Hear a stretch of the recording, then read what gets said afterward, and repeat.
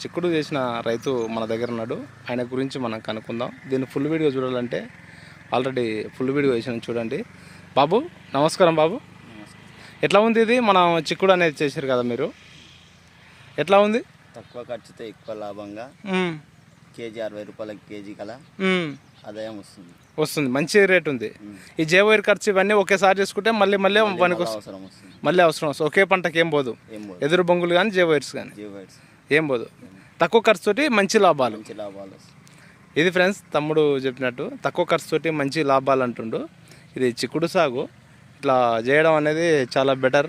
ఇంతకుముందు మలిసింగ్ చేసేది, మలిసింగ్ కాకుండా దాన్ని తలదనే విధంగా వచ్చింది. ఇది ఒక ఎదురు బొంగు పోతే ఆ ఎదురు బొంగుకి వెళ్ళి అక్కడికి వెళ్ళి తీసుకొని ఒక జేవైర్ వేసి ఆ జేవైర్కు సపోర్ట్ ద్వారానే ఈ తోట పెరిగింది.